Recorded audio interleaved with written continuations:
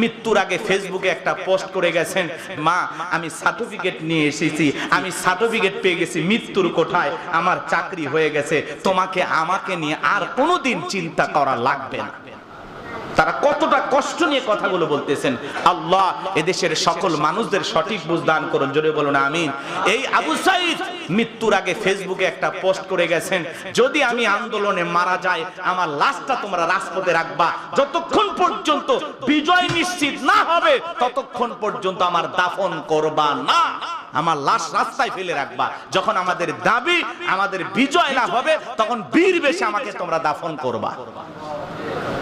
চিন্তা করেন আমাদের সমাজের ছেলেদের মেধা কত ভালো, কেন তারা চাকরি পাচ্ছে না, কেন তাদের কর্মস্থানে ব্যবস্থা করে দিতে পারতেছি না।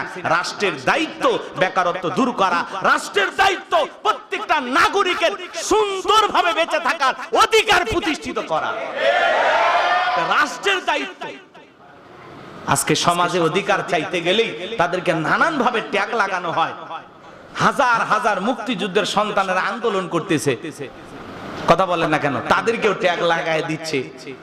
যে ছাত্ররা জীবনে কোনোদিন হয়তোবা রাজাকার বলে স্লোগান দিত না, আজকে তারা স্লোগান দিতেছে তুমি কে আমি কে রাজাকার। এটা একটা রাষ্ট্রের জন্য লজ্জার বিষয়, কথা বলেন ঠিক কিনা? এই জন্য বলবো আল্লাহর কৌশল বোঝা বড় দায়। ওমাকারু ওমাকার আল্লাহ আল্লাহু খায়রুল মাকিরিন। আল্লাহু আকবার বলেন। সম্মানিত হাজিরিন, মনের মধ্যে কষ্ট নেবেন না। যে কথা আমি আপনাদেরকে বোঝানোর উদ্দেশ্যে বলতে চাচ্ছিলাম, গভীর মনোযোগ দিয়ে শুনেন। আল্লাহর পয়গম্বর মুসা আলাইহিস সালাম দুইটা মুজিজা দেখাইলেন। কওমের মানুষেরা, জাতির মানুষেরা যখন তাকে জাদুকর বললেন, আল্লাহর পয়গম্বর যখন মুসা আলাইহিস সালামকে জাদুকর বলা হলো, আল্লাহর পয়গম্বর মুসা আলাইহিস সালামকে জাদুকর ট্যাগ লাগায়া আল্লাহর খলিল ইব্রাহিম আলাইহিস সালামকে যখন হাজার হাজার জাদুকর একত্রিত করে এই ফিরাউন যখন বলেছিল আমরা জাদুর মোকাবেলা জাদু দিয়ে করব, আল্লাহর পয়গম্বর মুসা আলাইহিস সালামকে একত্রিত করে আল্লাহর পয়গম্বর মুসা আলাইহিস সালাম সহ তার কওমের মানুষেরা সবাই একত্রিত হয়েছেন আল্লাহর পয়গম্বরের সাথে জাদুর মোকাবেলা করবেন। এইবার সমস্ত জাদুকররা যখন জাদুর বাণ নিক্ষেপ করলো, আল্লাহর পয়গম্বর মুসা আলাইহিস সালাম কওমের মানুষদেরকে বললেন তোমরা জাদুর বাণ নিক্ষেপ করো। সমস্ত কওমের মানুষেরা যখন জাদুর বাণ নিক্ষেপ করতে থাকলো, আল্লাহর পয়গম্বর তাকায়া দেখেন তারা জাদুর বাণ নিক্ষেপ করলো, জাদুর তন্ত্র মন্ত্র নিক্ষেপ করলো, বাঘ বানাইলো, ভাল্লুক বানাইলো, রশি বানাইলো, আগুন বানাইলো, এমন কি মানুষের চোখে মুখে পর্যন্ত জাদুর বাণ তারা নিক্ষেপ করলো। এই অবস্থায় যখন চলতে থাকলো, এইবার যখন সমস্ত জাদুকররা জাদুর বাণ নিক্ষেপ করা শেষ হয়ে গেল, ডেকে বলে ও আল্লাহর পয়গম্বর মুসা, আমাদের যত জাদুর বাণ নিক্ষেপ করার কথা ছিল সমস্ত জাদুর বাণ নিক্ষেপ করা শেষ হয়ে গেছে, এইবার তুমি তোমার জায়গা থেকে জাদুর বাণ নিক্ষেপ করো। আল্লাহ রাব্বুল আলামিন তখন আল্লাহর পয়গম্বর মুসা আলাইহিস সালামকে আমার আল্লাহ রাব্বুল আলামিন জানিয়ে দিলেন, ও পয়গম্বর মুসা, তোমার হাতে থাকা লাঠিটা শুধুমাত্র ছেড়ে দাও। আল্লাহর পয়গম্বর ওহীর মাধ্যমে, আল্লাহ তাআলা যখন ওহীর মাধ্যমে পয়গম্বর মুসা নবীকে জানায়া দিলেন, আল্লাহর পয়গম্বর হাতে থাকা লাঠিটা শুধুমাত্র ছেড়ে দিলেন। ওয়া ওয়াহাইনা ইলা মুসা আন আলকি আসাকা ফাইদা হিয়া তালকাফু মা ইয়াফাকুন। আল্লাহর পয়গম্বর মুসা আলাইহিস সালাম যখন লাঠিটা নিক্ষেপ করলেন, বিশাল বড় একটা সাপ হয়ে গেল।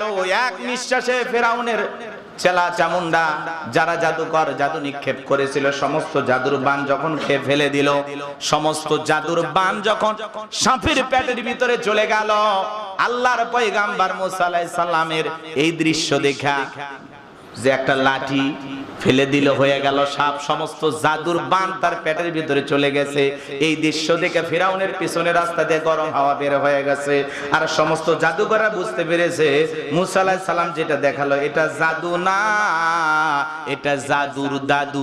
মারহাবা খান। কারণ জাদুকররা জাদু বোঝে, ডাক্তার ডাক্তার চেনে, শিক্ষক শিক্ষক চেনে, একজন ইমাম আর একজন ইমামকে চেনে, এক হুজুর আর এক হুজুরকে চেনে, স্বর্ণকার আর এক স্বর্ণকারকে চেনে, দালাল দালালকে চেনে। কথা বলেন ঠিক কিনা? যাই যে কাজের কাজই দেখেই বোঝে আমিও যা তুমিও তাই। বোঝেন নাই কথা? জাদুকররা বুঝতে পেরেছে মুসা আলাইহিস সালাম যেটা দেখালো এটা জাদু হতে পারে না। যে রবের দাওয়াত দেয় নিঃসন্দেহে এটা সেই রবের কুদরতি শক্তি, বলুন সুবহানাল্লাহ। তখন তারা কি করলো? ওয়া উলকিয়াস সাহারাতু সাজিদিন, সিজদায় মাথা নত করলো এবং ঘোষণা দিল, ক্বালু আমান্না বিরাব্বিল আলামিন রব্বি মূসা ওয়া হারুন। তারা বলল আমরা ঈমান আনলাম সেই রবের প্রতি যিনি মূসা এবং হারুনের রব, বলুন আল্লাহু আকবার। তারা যখন ঈমান গ্রহণ করলো, এইবার ফিরাউন তাদেরকে হুমকি ধুমকে দিয়ে ডেকে বলে, শোনো, আমার অনুমতি ছাড়াই তোমরা ঈমান গ্রহণ করলে সাহস তো কম নয়, তোমাদের হাত পা কেটে নেব, শুলিতে চড়াবো, ফাঁসি দিয়ে মারবো। নতুন যারা এইমাত্র কালেমা পড়ে মুসলমান হলো, মুসা আলাইহিস সালামের দলে নাম লেখাইলো, সদ্য মুসলমান হয়েছে, এইমাত্র মুসলমান হইলো, এদের হুঙ্কার কি ছিল জানেন? ডেকে বলে, এ জালেম ফিরাউন, তোর সামসামি করে মরার চাইতে, তোর দল করে মরার চাইতে মুসা আলাইহিস সালামের পক্ষে থেকে মরাই ভালো। মরণের হুমকি দেখায় লাভ নাই, যেহেতু মরাই লাগবে, কাপুরুষ হয়ে মরবো না, মুসলমান হয়ে বীর পুরুষ হয়ে লড়াই করে মরবো। মুসলমানরা কাপুরুষের জাতি নয়, মুসলমানেরা হলো বীরের জাতি। কথা বলেন ঠিক কিনা? সম্মানিত হাজিরিন, দিল দিয়া কথাগুলো বুঝবেন। দলে দলে মানুষ কালেমা পড়ে মুসলমান হতে লাগলো, আর ফিরাউনের রাগটা আরো বেড়ে গেল। লম্বা ইতিহাস, লম্বা ঘটনা, সংক্ষিপ্ত করে আপনাদের উদ্দেশ্যে বলে দিয়ে যায়। এইবার যখন ফিরাউন বুঝতে পেরেছে না না, রাজত্ব আর টিকিয়ে রাখা যাবে না, যেভাবে দলে দলে মানুষ মুসা আলাইহিস সালামের অনুসারী হয়ে যাচ্ছে, তার সংখ্যা আরো বেড়ে যাচ্ছে, ক্ষমতা রাজত্ব টিকিয়ে থাকতে হলে যে কোনো সময় তার উপরে হামলা করা লাগবে। এইবার তার শক্তি নিয়ে, সমস্ত শক্তি নিয়ে আল্লাহর পয়গাম্বর মুসা আলাইহিস সালাম এবং তার উম্মতদেরকে আক্রমণ করলেন, ধাওয়া করতে লাগলেন। আল্লাহর পয়গাম্বর মুসা আলাইহিস সালাম দৌড়াইতে দৌড়াইতে তার সম্প্রদায়ের মানুষদেরকে নিয়ে দৌড়াইতে দৌড়াইতে আল্লাহর পয়গাম্বর মুসা আলাইহিস সালাম যখন দরিয়ার নিকটবর্তী পৌঁছে গেলেন, উম্মতেরা ডেকে বলে, ও পয়গাম্বর, পিছনে সেনাবাহিনী কার? ফিরাউনের লোকেরা। পিছনে কারা? ফিরাউনের সেনাবাহিনী, আর সামনে বিশাল দরিয়া। ডেকে বলে, ও নবী, হয় ফিরাউনের সেনাবাহিনীর হাতে মরতে হবে, আর না হয় এই দরিয়ার পানিতে চুবায়া মরা লাগবে, এছাড়া তো বাঁচার কোনো রাস্তা দেখি না। আল্লাহর পয়গাম্বর তখন মুসা আলাইহিস সালাম ডেকে বলেন, এখানে শুধু আমরাই নাই, আমাদের সাথে আরেকজন আছেন, তিনি কে? আজকে যখন রংপুরের রোকেয়া বিশ্ববিদ্যালয়ের একটা ছেলে, নাম হলো আবু সাঈদ, প্রশাসনের ভাইদের সামনে বুক পেতে ধরেছেন, গুলি করো, গুলি করো। সত্যি যখন ছেলেটাকে গুলি করা হয়েছে, 4টা গুলি, তার বোন বিলাপ করে কান্নাকাটি করে বলতেছে, আমার ভাই ক্লাস 5 থেকে এই বিশ্ববিদ্যালয় পর্যন্ত প্রত্যেকটা পরীক্ষায় ভালো রেজাল্ট করেছেন। আজকে যখন রংপুরের রোকেয়া বিশ্ববিদ্যালয়ের একটা ছেলে, নাম হলো আবু সাঈদ, প্রশাসনের ভাইদের সামনে বুক পেতে ধরেছেন, গুলি করো, গুলি করো।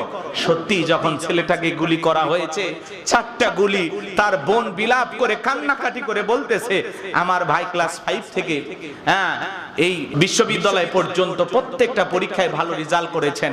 আমার ভাইয়ের স্বপ্ন ছিল আমার ভাই এগিয়ে যাবেন, চাকরি করবেন। আমার ভাইয়ের অনেক বড় স্বপ্ন ছিল।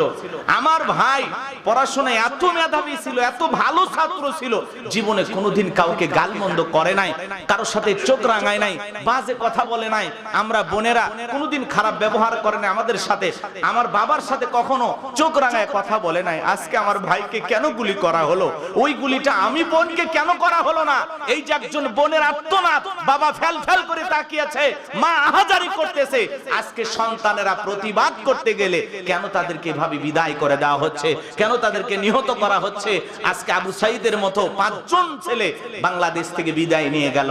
মা বাবার স্বপ্ন নিয়ে যারা রাজপথে আন্দোলন করতেছে, তাদেরকে এইভাবে বিদায় করা হচ্ছে। আজকে তার পরিবারে আহাজারি, কান্নাকাটি, বিলাপ মাধ্যম চলতেছে। যেই মা বাবার স্বপ্ন নিয়ে সন্তানকে বিশ্ববিদ্যালয়ে পাঠালো, সেই স্বপ্ন প্যাকেট হয়ে লাশ হয়ে বাড়ির দুয়ারে পৌঁছে যাচ্ছে। একটা মা বাবা এটা কখনো মেনে নিতে পারে না। সেই মা বাবাকে সান্ত্বনা দেওয়ার মতো একজন মানুষ বাংলাদেশে খুঁজে পাওয়া যাবে না। কথা বলে ঠিক কিনা? কেন মারবে? কেন তাদের অধিকার হরণ করা হচ্ছে? তাদেরকে একটু চাওয়ার সুযোগ দেয়া যাবে না? 10 দিন 5 দিন তারা রাজপথে আন্দোলন করুক, আপনারা চুপচাপ থাকেন। কেন তাদেরকে ভাবে বিদায় করে দেওয়া হবে? যে ভাইটা গুলি চালাচ্ছে, সে কি একবারও চিন্তা করলো না এটা আমার ছোট ভাই হতে পারে, এটা আমার সন্তানের মতো হতে পারে? আজকে সমাজে যা চলতেছে এই কথাগুলো নিয়ে আমরা যদি কথা বলি, আপনারা আবার বলবেন হুজুর আপনারা ওয়াজ নসিহত করেন, ইমামতি করেন, এগুলো কেন?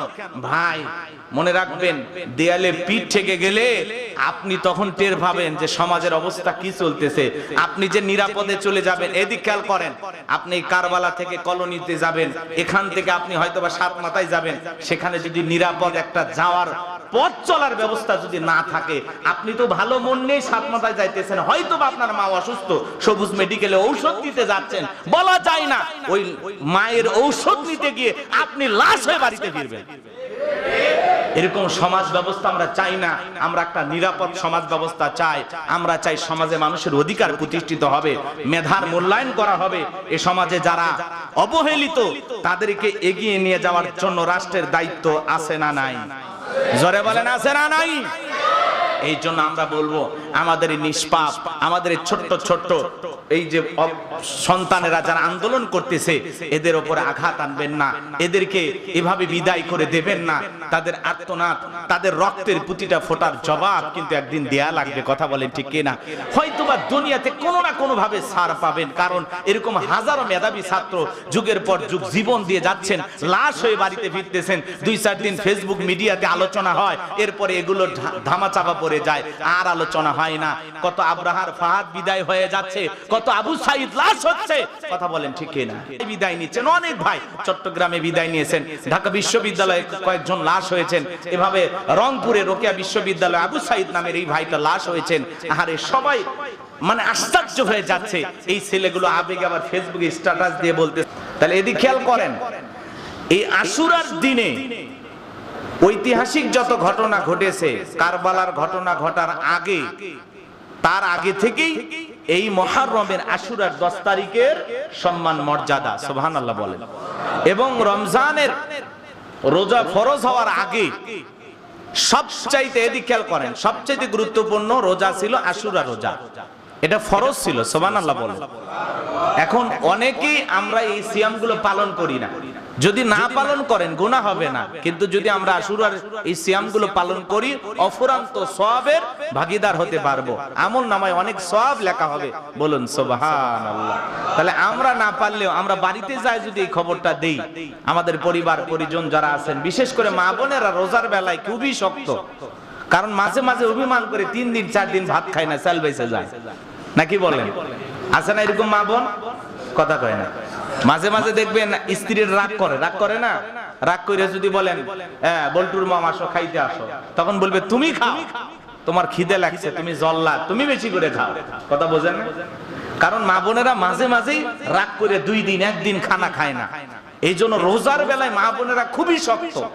কোন কোন মাসে নফল রোজা আছে আলেমদের কাছে জিজ্ঞাসা করে, মসজিদের ইমাম মুয়াজ্জিনকে জিজ্ঞাসা করে, আর ইমাম সাহেবের কাছ থেকে শুনে এই মেসেজটা যদি বাড়িতে যায় ড্রপ করতে পারেন। কথা কয় না কে? এক হুজুর শুনছেন না, বৃষ্টি আইলে মেসেজ ড্রপ করে যে এই বৃষ্টির দিনে যুবকেরা যদি বউ থাকতো, আহারে খিচুড়ি ফাঁকায় খাওয়াইতো। হুজুরের কোনো কাজ নাই, হুজুর খালি সুযোগ পাইলে মেসেজ ড্রপ করে। কথা কি বুঝতে পারতেছেন? আমাদের মতোই হুজুর, উনি সুযোগ পাইলেই বৃষ্টি আসলে এটা নেওয়া যে বৃষ্টি, এই বৃষ্টির দিনে আহারে যুবকদের যদি একটু বউ থাকতো, খিচুড়ি রান্না করে খাওয়াইতো, ডিম রান্না করে খাওয়াইতো। কিন্তু একটা চাকরি নাই বলে যুবকদের দাম নাই।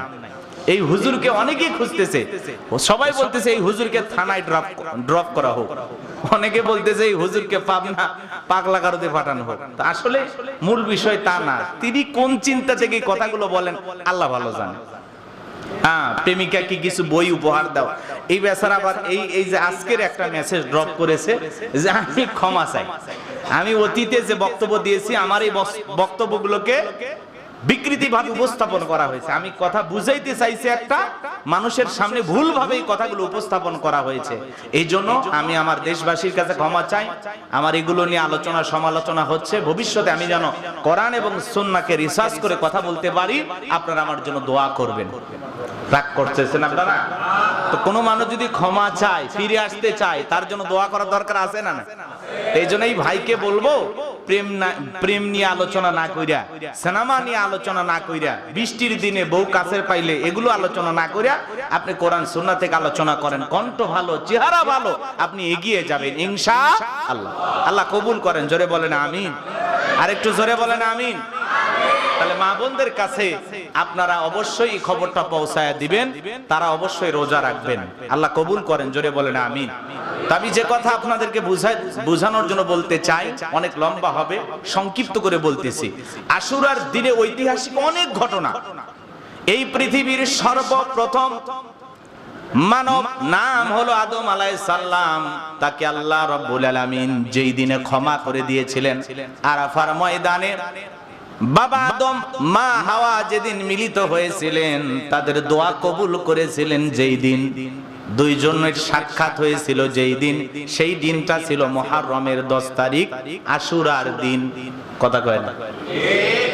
এটা হলো পৃথিবীর প্রথম ঘটনা, এদিক খেয়াল করেন। এরপরে নূহ আলাইহিস সালামের জামানায় মহাপ্লাবন দিয়া জ্যোতি পর্বতে যেদিন নৌকাটা কিস্তিটা থেমে গেল, মহাপ্লাবন থেকে জাতিকে আল্লাহ রাব্বুল আলামিন মুক্তি দিয়েছিলেন যেই দিন, সেই দিন ছিল আশুরার দিন, সেটাই ছিল মুহররমের 10 তারিখ। আল্লাহু আকবার বলেন। এরপরে ইব্রাহিম আলাইহিস সালামকে আল্লাহ রাব্বুল আলামিন, এদিক খেয়াল করেন, নমরুদ নামক, এদিক খেয়াল করেন, নমরুদ নামক খোদাদ্রোহী পৃথিবী কাঁপানো জালেম বাদশা সেই বিশাল অগ্নিকুণ্ড থেকে মুক্তি দিয়েছিলেন যেই দিন, সেই দিন ছিল কি দিন? মুহররমের 10 তারিখ, আশুরার দিন। বলেন আল্লাহু আকবার। এবং মূসা আলাইহিস সালাম এবং তার জাতিকে জালেম বাদশা, নাম কি বলেন তো? ফেরাউন। ছোটখাটো বাদশা, পৃথিবী কাঁপানো বাদশা, নিজেকে রব বলে দাবি করেছিল, আনা রব্বুকুমুল আলা, আমি বড় প্রভু, আমি বড় খোদা। জোরে কন নাউজুবিল্লাহ।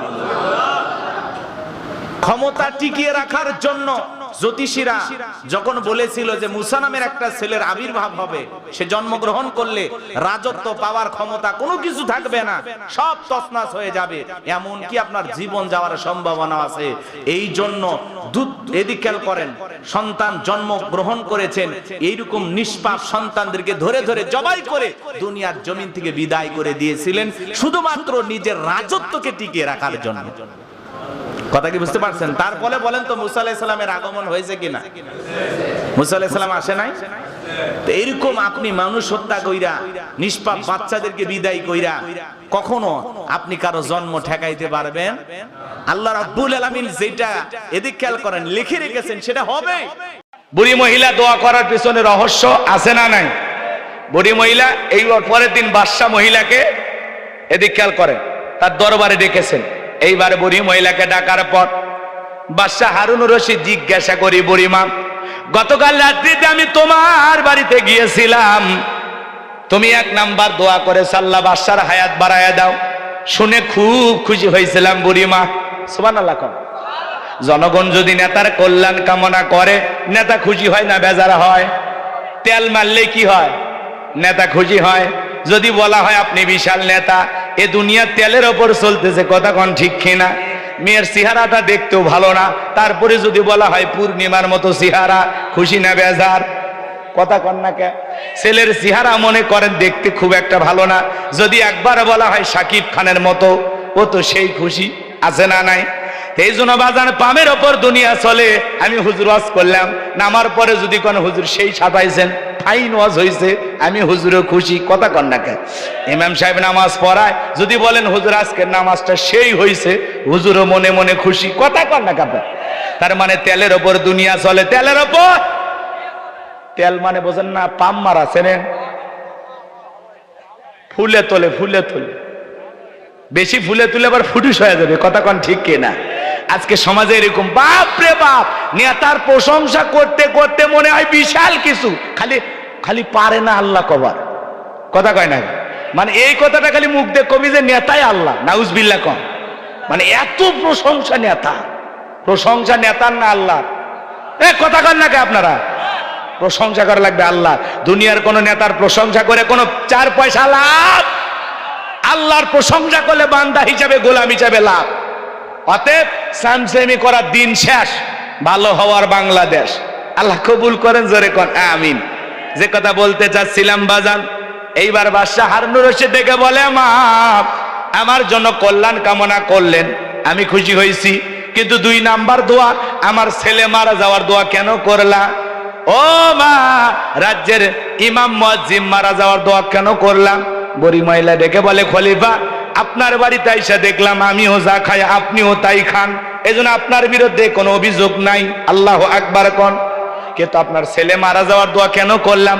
কারণ হলো, ও বাদশাহ, কারণ হলো কোন অবশ শিশু, নাবালেগ শিশু যদি মারা যায়, এই সন্তানটা কঠিন কিয়ামতের ময়দানে আল্লাহ পাক তার পিতামাতার সাথে পরিচয় করায় দেবেন।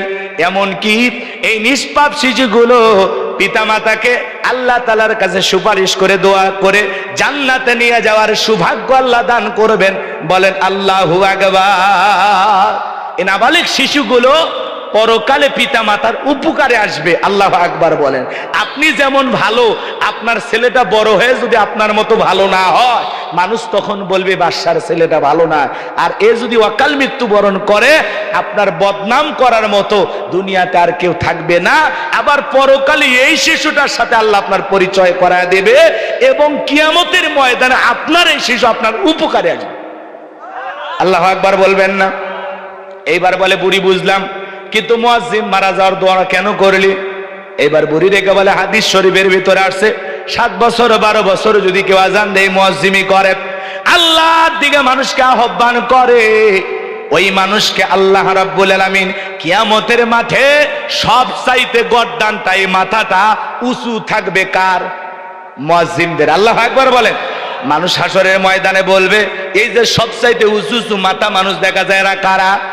তখন ডেকে বলবে, এরাই তো তারা ফজরের সময় তোমরা ঘুমাইছিলা আর মসজিদে আইসা ঠান্ডা পানি দিয়ে ওযু বানায়া নামাজের আধা ঘন্টা আগে আইসা আল্লাহু আকবার ধ্বনি দিয়া জাগ্রত করেছিল যারা। 5 ওয়াক্ত সালাতে আল্লাহর দিকে মানুষকে ডেকেছিল, কল্যাণের দিকে আহ্বান করেছিল, নামাজের দিকে ডেকেছিল, মসজিদের দিকে ডেকেছিল। পৃথিবীবাসী কাজে ব্যস্ত ছিল। মুয়াজ্জিন জোহরের আজানের সময় বলে দেয়, কাজ কাম বন্ধ করে মসজিদে এসে নামাজ পড়ে যাও। আসরের সময় দুনিয়াবাসী ব্যস্ত, আজান দিয়ে বলে আসর পড়ে যাও। মাগরিবের সময় ব্যস্ত, আজান দিয়ে বলে মাগরিব পড়ে যাও। আবার এশার সময় আজান দিয়ে বলে শাহ পড়ে যাও। ফজরের সময় যখন ঘুমে অচেতন, ওই সময় আজান দিত। কথা বলেন ঠিক কিনা? নেতা যদি ভালো হয়, জনগণ কলিজার থেকে দোয়া করবে। কথা বলেন ঠিক কিনা? বাদশাহ হারুনুর রশিদের নাম আপনারা শুনেছেন, শোনেননি বাজান? লম্বা হবে, আমি লম্বা করব না, সংক্ষিপ্ত ঘটনা তার একটা বলে দিয়ে যায়। বাদশাহ হারুনুর রশিদের এই দেশের মধ্যে তিনি বরাদ্দ ছিলেন দুঃখী মানুষদের জন্য মাসে মাসে আটা বিতরণ করতেন। এক মহিলা চিন্তা করে, বাদশাহ প্রতি মাসে আমারে মোটা আটা দেয়, একদিন বাদশার দরবারে অভিযোগ দেব, আটাকে একটু চিকন করা যায় না। এই চিন্তা ভাবনা করে বুড়ি মহিলা বাদশার দরবারে হাজির হয়ে গেছে। হাজির হইয়া বাদশার দরবারে উপস্থিত হইয়া তাকায়া দেখে বাদশার বাড়িতে একজন মানুষ আটা চালতেছে, ছোট্ট বাচ্চা খেলা করতেছে, আর একজন পুরুষ মানুষ বাড়ির বারান্দা ঝাড় দিতেছে। এটা হলো প্রথম দৃশ্য। এই দৃশ্য দেখার পর বুড়ি মহিলা একজনকে জিজ্ঞাসা করলো, ওই যে একজন মানুষ বাড়ির বারান্দা ঝাড় দেয়, পুরুষ মানুষ, এইটাকে? ওই লোক জবাব দিয়া বলে, ও বুড়ি মা, এইটা হলো এই দেশের বাদশাহ হারুনুর রশিদ। বলেন আল্লাহু আকবার। রাজ্যের এত বড় নেতা হইয়া বাড়ির বারান্দা ঝাড় দেয়। আমরা শুনেছি আর স্ত্রীর কাজে সহযোগিতা করে রাসূলের সুন্নত। রাসূল যেই তরবারি দিয়ে যুদ্ধ করতেন, ওই তরবারি দিয়া রান্না বান্নার কাজে সহযোগিতা করতেন। বলেন আল্লাহু আকবার। মাঝে মাঝে এই সুন্নত গুলো বাড়িতে আমল করার দরকার আছে না নাই? বিবিকে বলবেন, বিবি রে, তুমি রান্না বান্না করবা, আমি তোমাকে কিভাবে সহযোগিতা করতে পারি?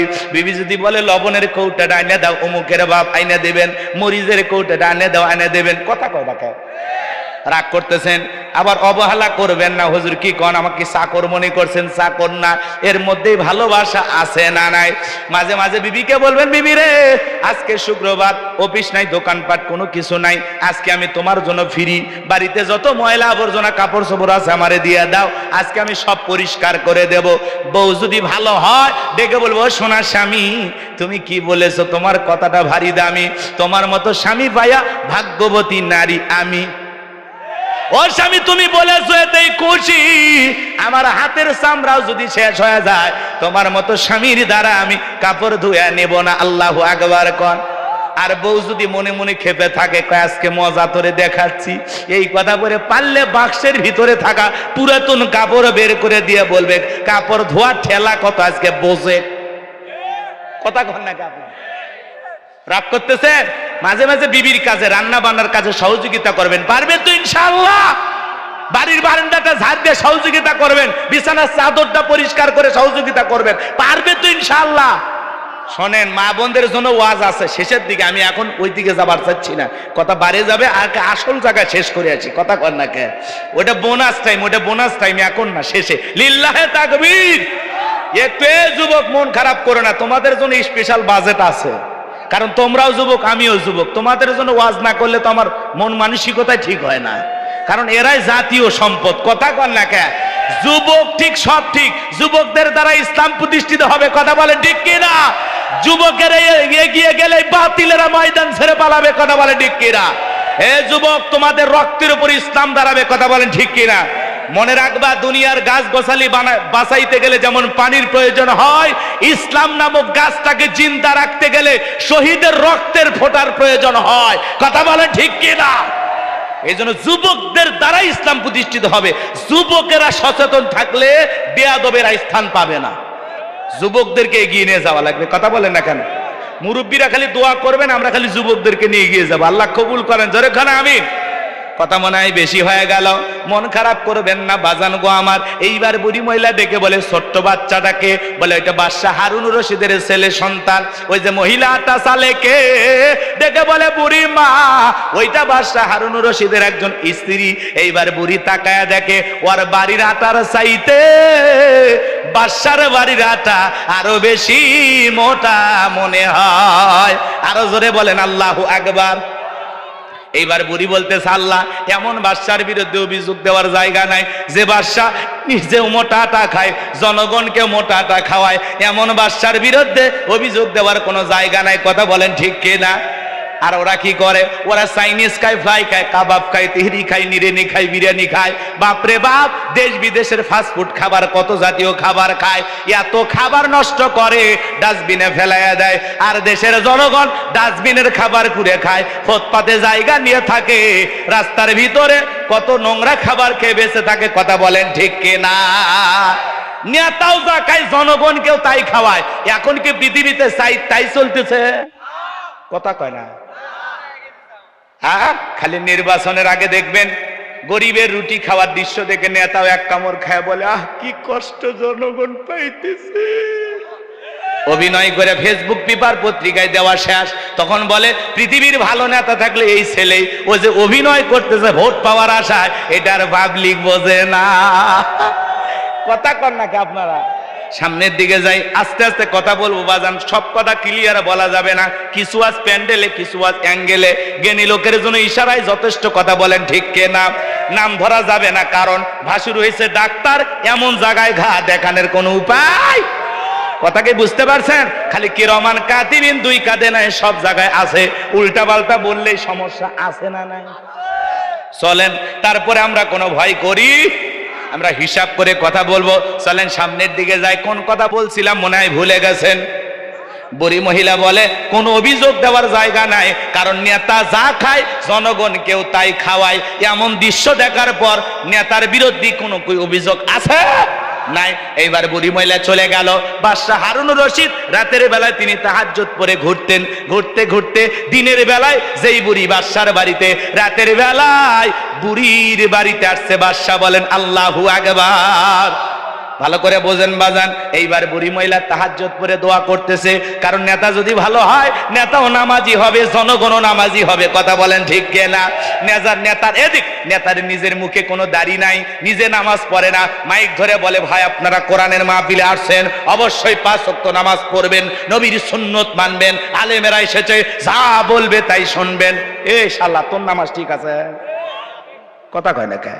মুখত দাড়ি নাই, ওই দাড়ির ওয়াজ করতেছে। আপনারা সবাই দাঁড়িয়ে রাখবেন, কারা হাত তোলেন, হাত তোলেন। এ আপনাদেরকে বলি নাই, নেতা এসে বলতেছে, কিন্তু নেতার মুখে দাড়ি, এ কথা কন নাকি আপনারা? নেতার মুখে দাড়ি, আলহামদুলিল্লাহ আপনাদের মেয়র ভালো, মাথায় টুপি, মুখে কি সুন্দর দাড়ি, দেখে মনে হয় দেওবন্দের মুফতি সাহেব, আলহামদুলিল্লাহ। ওনাকে দেখেও ভালো লাগলো, এবং কথার মধ্যেও মাঝ সুন্দর ভাষা আছে না নাই, অমায়িক ব্যবহারের মানুষ, কথা বলে ঠিক কিনা? এরকম নেতা দরকার। নেতার নিজের মুখে দাড়ি থাকবে, তখন এসে জনগণকে বলবে আমি দাড়ি রাখছি আপনারাও রাখেন। এ কথা কন না। ভাই আমি টুপি পড়ছি আপনারাও পড়েন, ভাই আমি 5 ওয়াক্ত নামাজ পড়ি আপনারাও পড়েন। নেতার বক্তৃতা দেখে বোঝা যাবে যে না ওর কপালেও দাগ আছে, মাথায় টুপি আছে, মুখে দাড়ি আছে, ভাবসাব দেখে বোঝা যায় যে নেতা নামাজি আছে। ওই নেতার কথা শুনে মানুষ নামাজ পড়বে। কথা কন নাকি?